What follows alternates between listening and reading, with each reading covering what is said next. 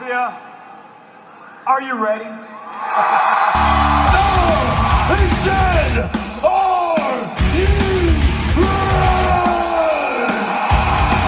This is Brotherly Love Wrestling Podcast, your first stop for everything professional wrestling. So sit back and enjoy wrestling talk at its finest with your hosts, Larry Hall and Joe Corrado.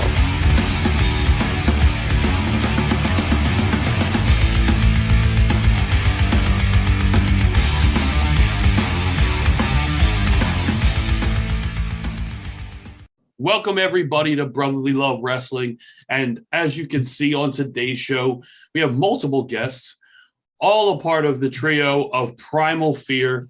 And their names are Matthew Oman, or Matt Oman, Gabriel Hodder, and Adrian Soriano. Guys, welcome to the show. Hey, what's going on, man? Thank you for having us. How you guys doing? Good, good. No complaints here, except it's hot as hell. But other than that, that's my only complaint. Now we get to talk. We get to talk some wrestling, so all is good. I wanted to start off with, I don't know, it's kind of a tricky question. Being a trio, I mean, in wrestling right now, it seems to be like one of the hardest things to be because, I mean, is the demand there, and is it hard finding opponents? Because I feel like it's ruled by singles, the singles wrestling for the most part. I mean, you'll have tag team is in a resurgence, I believe, right now. And then trios kind of sometimes get lost in the mix. I mean, when you think of trios, you think of the New Day, of course, the Elite, and maybe a couple more. But I know there's many more out there. So being a trio, is that hard to find yourself somewhere where you can all work together? I would say yes and no. It obviously has its positives in that we're unique, you know, we bring something to the table because there aren't many trios. So like we're one of the few go-to trios, you know, we got the same gear, we look the same, we always wrestle together. But on the other side, like you said, a lot of these matches we find ourselves in, it's us with three random guys that we're throwing together. No, but like going to that, like, yeah, man, like finding bookings as a trio is extremely difficult because there's not a lot of trios on the independents. Usually, like Gabriel said, it's three guys just thrown together. But that's even if we're lucky. Sometimes it's usually just a tag match and one of us would just be on the outside, you know, managing, or it'll be a singles match. Yeah, but I lost my train of thought. But that's we're able to pretty much intermingle. Like if we have to do singles, if we have to do tag, if we have to do 6-man, whatever we have to do, we kind of could free bird it. We can switch in and out. You know, we always find a way to make it work. So although it's hard to find other trios to face, and even the trios that are out there, we're not finding our way to them, and they're not finding their way to us. We'll make it work. Whenever we get a chance to do whatever we have to do, we'll make it work. Yeah, because we've been a trio for almost 6 years now, right?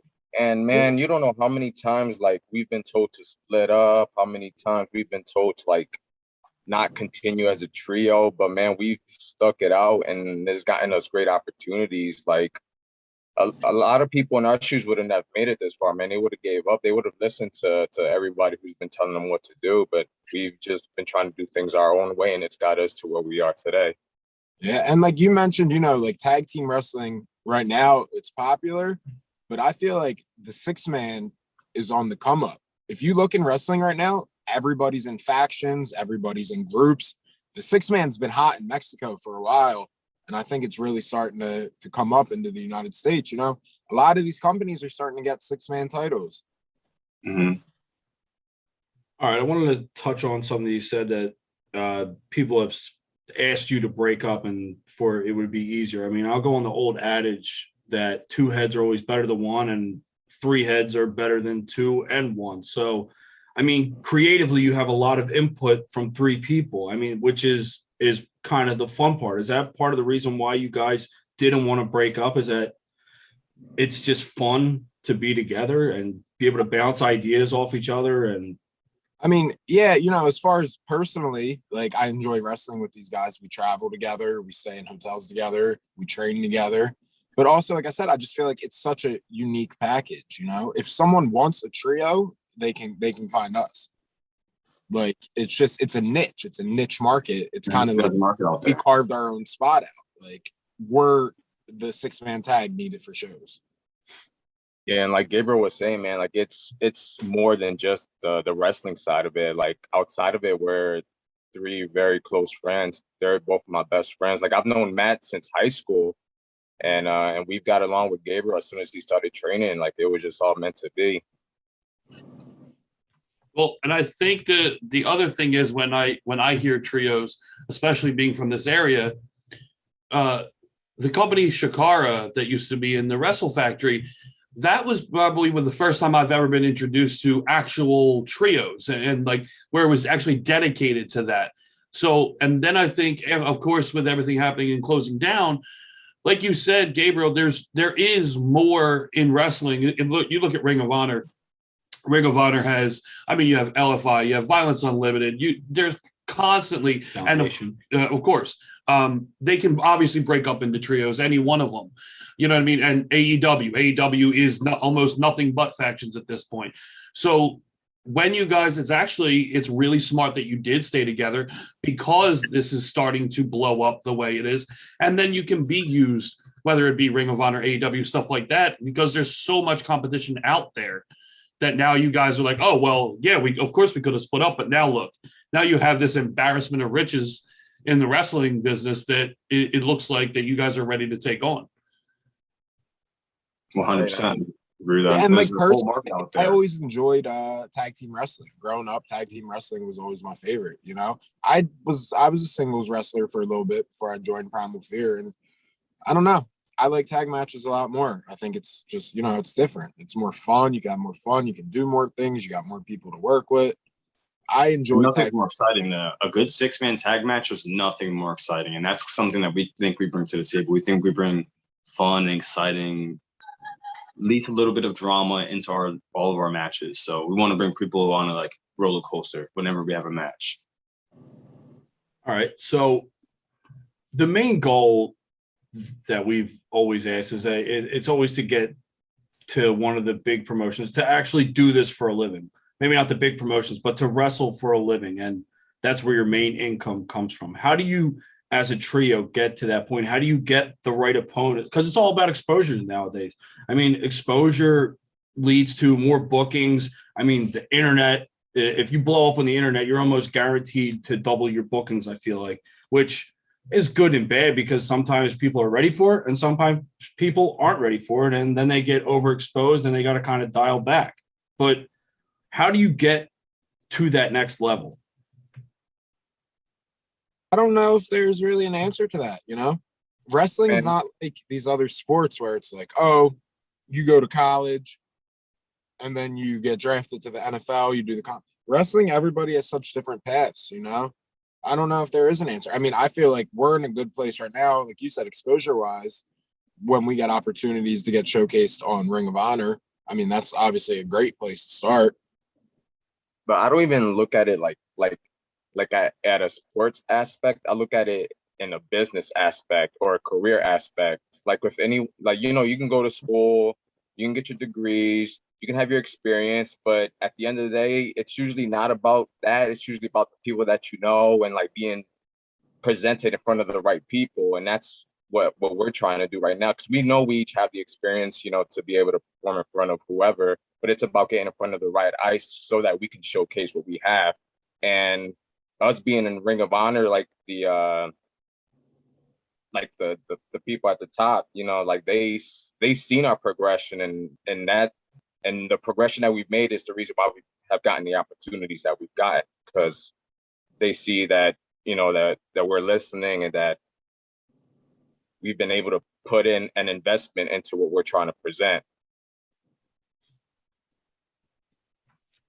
So the other thing, when I saw your guys' name, Primal Fear, where does that come from? When people see Primal Fear, what is the first thing you guys want to get across as the trio and as the group with the name Primal Fear?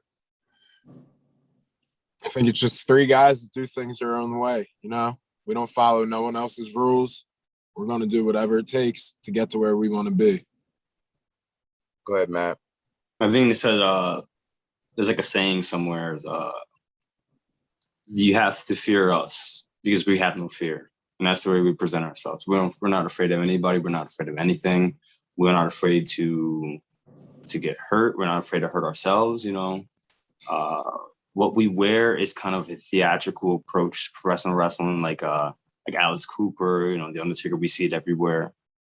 We kind of see ourselves as like a mix between Slipknot, Purge characters, and kind of like those characters from like the Warriors, those random gangs, you know, with three guys that just want to cause mischief and want to hurt people. I like that. I like that a lot. I like that mix is all over the place, but it all makes sense.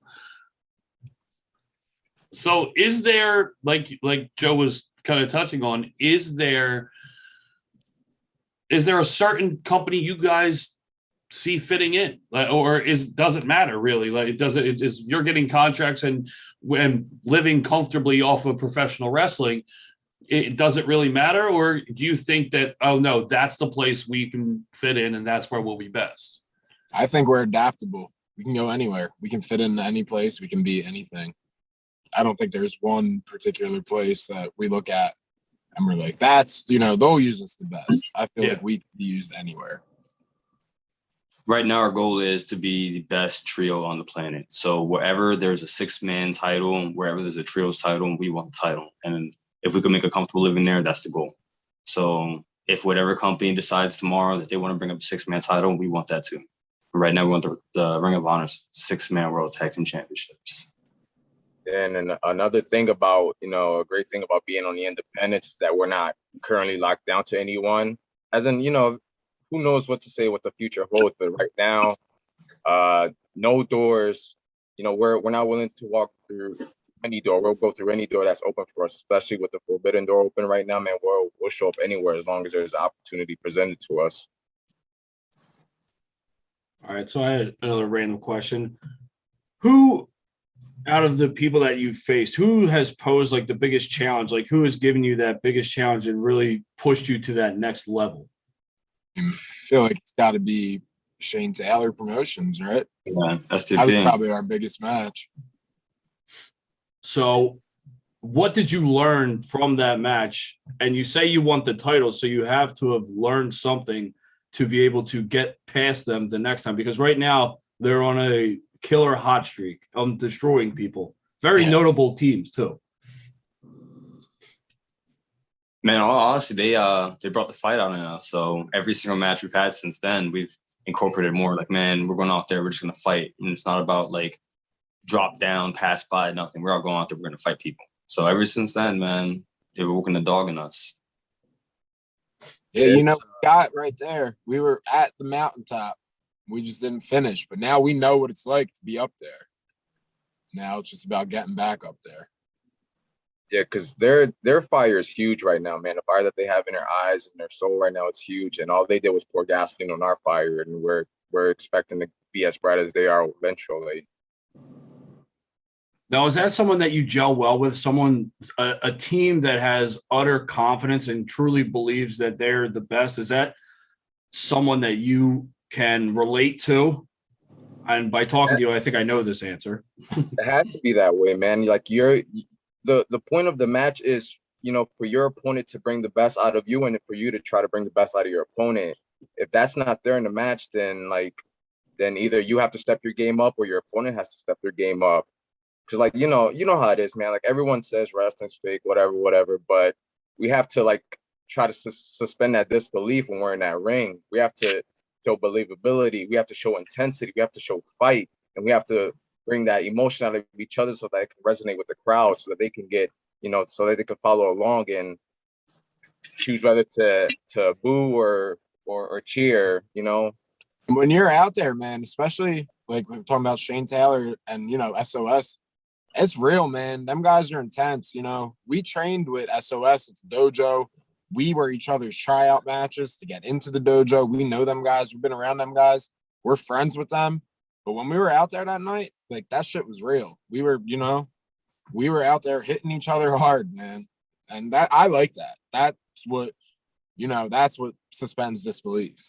You got to be intense. You got to be ready to fight. I think you brought up something interesting. It's always an interesting topic of people saying that wrestling is fake. I mean, you could go a million different ways with that saying, but what it boils down to for me personally, and I think for Larry, I can speak for Larry too on this, being 30 some years old, we know what we're watching. What we want to feel is what we felt when we were younger. I mean, we know more things now, and certain things have been quote unquote exposed, or if you want to believe they were exposed, but we want to feel that excitement, like that, oh, we've got to get out of our chair, like that stand up feeling. I mean, that's basically what we're looking for. We don't care if it's fake or not. Like what we just saw this past weekend of the research, like it was like a breath of like fresh air just blew over the wrestling world this weekend. And there was a lot of stuff happening. I mean, CM Punk coming back was probably one of the most eye-opening things, but we were at both shows at Ring of Honor, and it was like being down in Philly is like crazy. I mean, it's like, I love being down at the 2300 arena, the old ECW arena. I mean, there is like a different life form. It like holds a different life form for wrestling, especially when ROH goes down there, because the crowd's going to be hot, and they were, and it was great. But and a perfect example though is that cage match, that main event at night 2. I mean, that was unbelievable. That was one of the most unbelievable moments I've ever experienced being in wrestling. That match was insane. That was something that you were living in the moment. It was real. Yes. You got the story. You got a story built up, and there was a history between the two, and it gave you that feeling like, okay, this is going somewhere. This is the end of this story or this chapter, whatever it might be. But you knew it was going to be big, and you knew it was going to be special. And the story just played out perfectly throughout the whole match. And it really did. I mean, Taven looked like he was going to overcome everything, and lo and behold, Vincent takes the crown, and it was just like, it was that moment where what we were just talking about, where you get up out of your chair, you're like, wow, like we just, like you felt it. And that's what wrestling is all about. It's not whether it's real or fake or whatever, it's whether you feel it. Yeah. I mean, I literally just got goosebumps talking about it. That match was unbelievable. Yeah. And that's what we try to do, if we could make someone else experience that, then no matter what anyone says about work rate and 5-star matches, that's what your job is, to make people feel something. I feel like that's the mentality that's kind of missing when you think about it. Wrestlers who grew up watching wrestling and remember how it would feel, like they have a good idea of how they would feel if something they're doing is going to get that reaction, like that like almost like a butterfly in the stomach type reaction. Like I feel like it's not applied as much. Like this, it's all about the storytelling, right? I mean, that's the way we were trained. That's the way Damian Priest trained us. That's the way Jonathan Gresham trained us. Well, I mean, look at it right there. I mean, the two people you're just talking about. I mean, Jonathan Gresham is. I fell off a little bit after the Bucks and whatnot. They all left, and it kind of felt like ROH was in limbo. And then Jonathan Gresham comes back and basically tries to put the company on his back. They restart. Unbelievable. Yeah, they restart the Pure division, and that's what legitimately got me back into watching ROH and being invested, and not to mention bringing in so many different types of people, like different backgrounds, everything that ROH is doing is ridiculously good, very, very underappreciated and under the radar, I believe, starting to get a lot more traction, but still under the radar when it comes to everything that's going on. I mean, Gresham in the ring, he could tell a story for days. Like, just give him a ring and an opponent and just watch, because it's a story in itself. I think he's the best in the world right now. I was going to say, right now, I think he really legitimately might be the best wrestler in the world. He's unbelievable. And a lot bigger, wider in person. When you actually see him, you're like, holy shit. Huge. Yeah. No. I was talking to him over the weekend. I'm like, yo, what do you be eating? It's huge. I don't think you should ask him what he's eating. I should rephrase and be like, what aren't you eating right now? Yeah.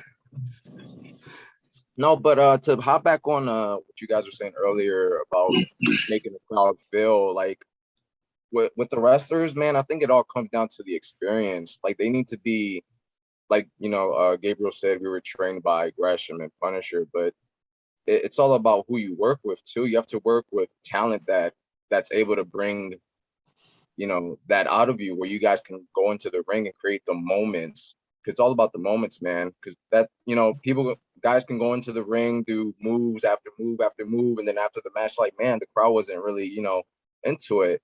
What's because that's all they were doing was just moves. There was nothing behind the moves. There was no story to the moves. There was no reasoning for anything.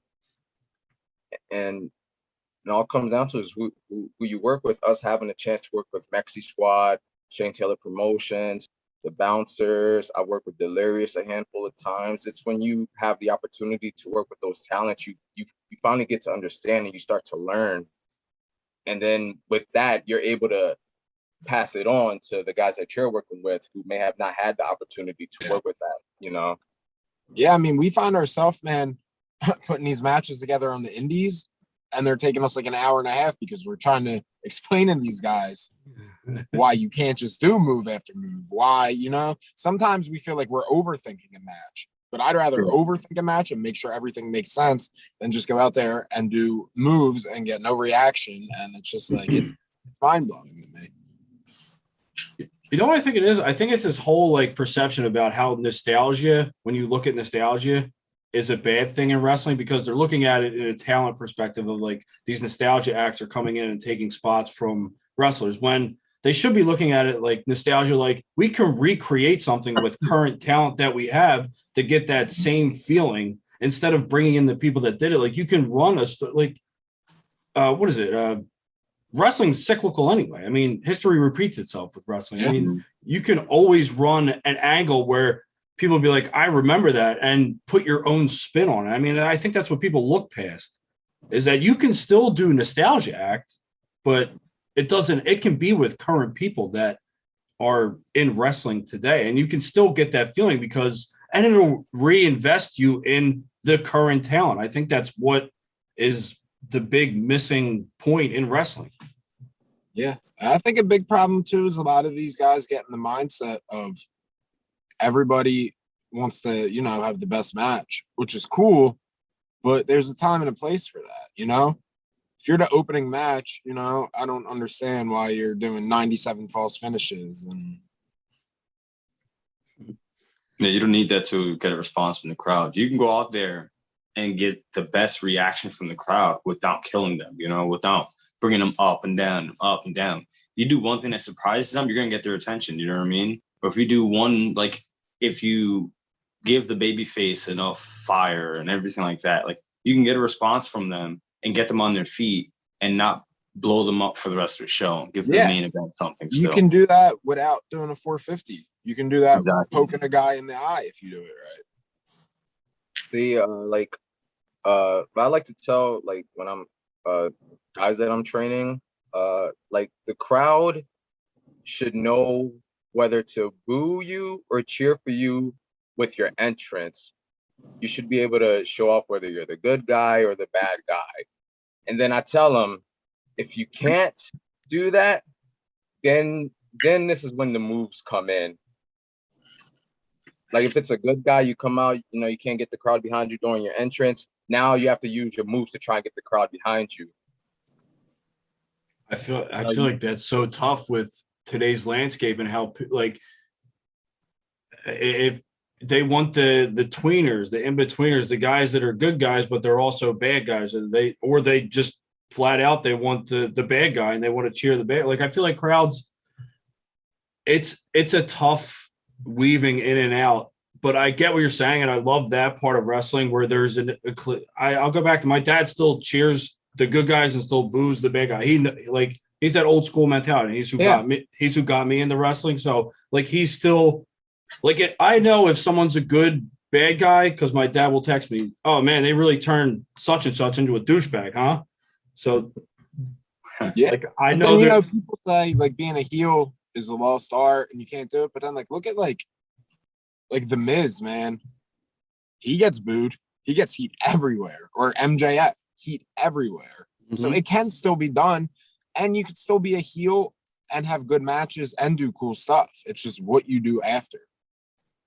Man. In Ring of Honor and in TNA, Bully Ray was a crazy heel, getting booed so hard. Like you can still be a heel, just a certain way to go about it. And the crowd might want tweeners, they might want heels, but man, there's still, there's a good baby face out there somewhere. Maybe we're just waiting for it.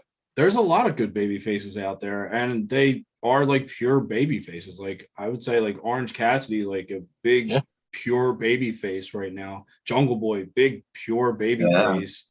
I mean, Daniel Bryan was one of the purest baby faces there was, but he could also play heel too. But they do still want to cheer for the over baby face. I mean, look at Becky Lynch, was a freaking baby face, and everyone loved her. There still are those people, and those are the people that need to get elevated quickly and not be forgotten about. Like there's this thing of where, they're getting over too quick, let's stump them real quick. Yeah. Man, Otis was over. Like that was a baby face. I like him as a heel though. He was over like crazy, man. He was a baby face with an ugly beard, and now he's a heel with a clean shaven baby face. Yeah. Literally. But no, I mean, it's like the thing, like it's tough. Everyone talks about wrestling today, and there's so many like naysayers, and there's like so much in between positivity and not. Like we try to be as positive as possible, and honestly, we watch what we like. I mean, we're not going to go out of our way. If we're not going to like something and we know going into it, like there's a chance that we're not going to like it, we're probably not going to watch it. I mean, yeah, I don't get it. I don't get a lot of the mentality of a lot of wrestling fans that watch things just to tear it apart. They want to be reporters, or they want to have the fresh hot take. It's hot take reporting, and fucking ESPN has butchered everyone because they do this stupid hot takes, and everyone wants to get on. Everyone wants to be the next Skip Bayless. I was just telling them though, Sunday morning we were driving over to the ROH show, and I look on my phone, and some dude was complaining about how he turned off the show after CM Punk came out. And I was like, man, you just got to complain to complain. Like they just did what everybody wanted them to do, made everybody happy, and this dude is still unhappy. It's crazy. And there's always a few followers just for that, like one, they hope to spread it like wildfire. Like the positivity needs to just, it's so weird. It's lame guys trying to be cool. That's the it's really what like, they don't know how to be cool, so they try, and it just backfires hard. And it's in society now too. If you look, it's in sports too, man. People like, it's cool to be a hater now, which is weird. Mm-hmm. It really is. It's that one fan who was trying to start the ridiculous chant, but now he's just got a phone or a tablet or a computer. And that's one reason with our show that we always laugh about is that because like you said, we always try to stay positive. And yeah, there are times where we'll complain about things here or there. It's not complaining, it's more questioning. Like but we are positive about almost everything. We're brotherly love, damn it. We can't shy away. That's why we feel like we'll never get to whatever level we want to get to, because we don't spout negativity. Where those shows that spout negativity and always talk shit and want to talk about all these different things, people love to breed into that negativity, and we just won't do it. It's just one thing that we refuse to do.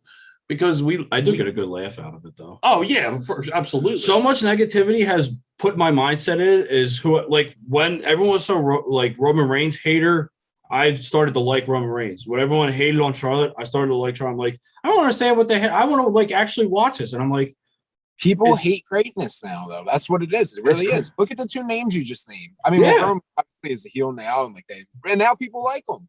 Yes, but they at least boo him. Yeah. I don't know, man. I just think people hate because they're not in that, like they're not in them shoes. They're not in that position. Like they're upset that no matter how hard they try, they'll never be able to live up to, I guess, the expectation of whatever it is that performer's going through. And like that stuff's like, it's messed up, man. Because Because like if a performer like really getting shitted on a lot, like especially like on social media, like that stuff like can really affect them, man. Like there's been a lot of wrestlers who commit suicide and like they hurt themselves because of stuff like that. Yeah, but it's not And just the also, wrestling, man. they could take jobs away from them. Yeah. You know, and someone out here trying to get a certain reaction, and the fans are trying to be funny or whatever, give them the opposite reaction. That dude's not gonna get booked no more. Unless they can somehow turn that against the fans. Yeah. I feel like fans, as smart as they claim to be, they're really not that smart, and you could easily work that against them. Yeah, I think our new gimmick's gonna be us having to beat up some fans. Yo, next show you guys do, you could gladly beat us up, and we'll take and prove your we point. Will take everything. I will. I don't know if I'm going to have to sell, because if you actually hit me, I'll probably just go down. Yeah, but I'll sell the shit out of it. Hell yeah! Grab you guys, throw you into the ring, start stomping. Yeah, I mean, go ahead. Absolutely. Stomp away, man. Whatever you want to. They might start cheering you. We actually like you guys, so we'll actually bring y'all in to help us stomp out some other players. Yeah, you guys gotta help us. All right, so I gotta wear boots. Just you can do it barefoot, don't matter. Yeah. I'll go a little Samoan style. I'll throw barefoot in there. So, guys, I do want to ask one question for each of you, and that's: what is one piece of advice that you carried through so far throughout your career that has helped you become the performer that you are? And it's a good question. Thank you. That is a good question. Just because there's been so many, you know, we've been lucky enough to be under so many great trainers. But like Damian Priest just used to always say, like, not even at training, like when we're hanging out and stuff, like, just present yourself as a star. And like that always stuck in my brain, you know, like even if we're out to eat, like he'd be like, what do you think John Cena would be doing right now? And like I try to carry that with me. Like he told me literally, it sounds so ridiculous and it stuck with me forever. He's like, think about what you wear to the gym. If you've seen a fan and they took a picture with you, would you want to be wearing a ripped up t-shirt or and like I'd wear like really nice workout clothes now because he told me. Yep. He got you spending that money. Yeah. But I feel like that's a mentality you carry with you, you know? You need to be larger than life. People pay to see us be larger than life. They don't want to see you at the mall and you're just an average guy. Especially for us, because we're not tall, you know, we're not the prototypical 6 foot, over 6 foot, over 200-pound wrestlers. And like, you know, so we have to go a little bit further above to try and stand out. You know, usually as people see us as a package, we usually tend to. Yeah, I mean, it's like, I mean, no, but like you said, you know, it is funny, like you say that, because like I feel like maybe we do a good job of like standing out, because like there's times where we're in Wawa and stuff, you know, or like out to eat, and like people just stare at you.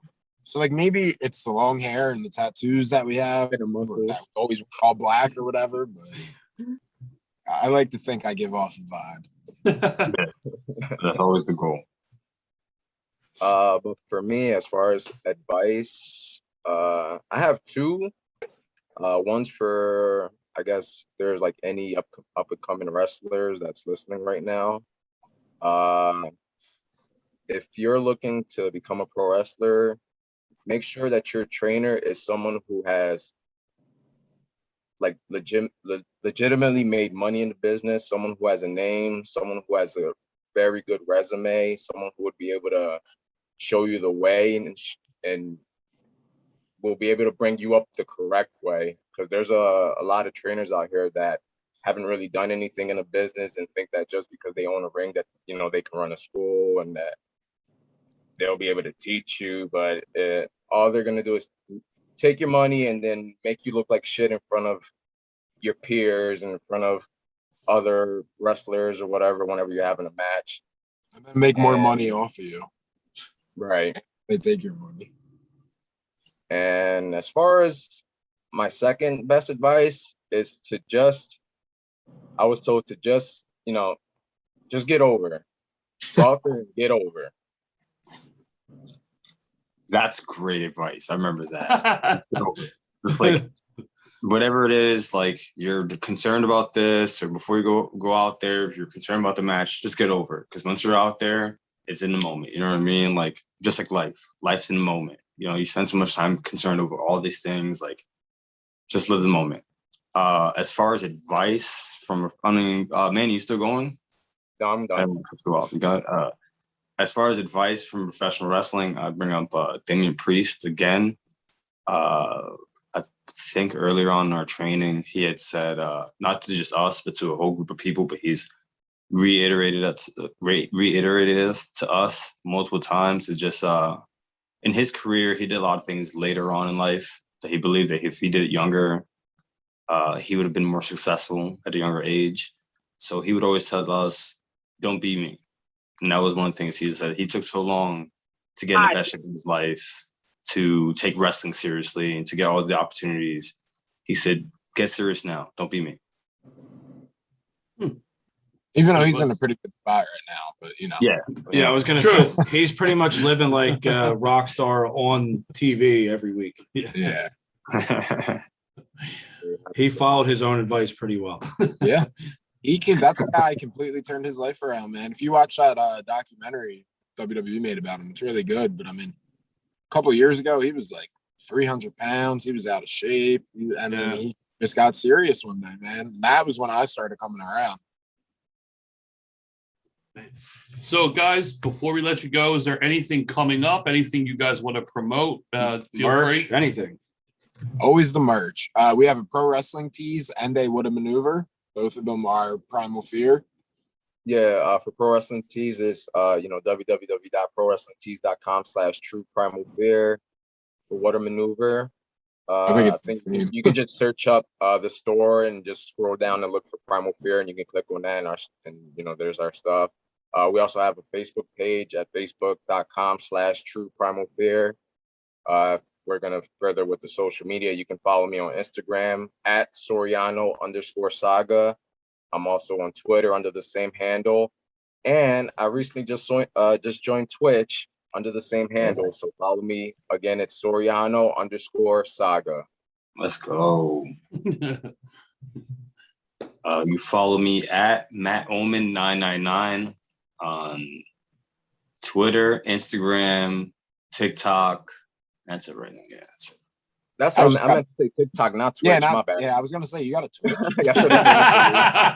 Oh, I thought you made an announcement. Yeah, I thought this was the grand announcement of the I was hyped. Twitter, TikTok, Twitch. Got the stuff. Well, guys, thank you so much for taking the time talking with us. It was great talking to you. Great getting to know you. And hopefully we'll be seeing you very soon on our TVs. And can't wait to hopefully see you guys live too. Oh, yeah. All right, guys. Have a good night. Thanks again. All right, man. Thank you so much, guys. Thanks for having us.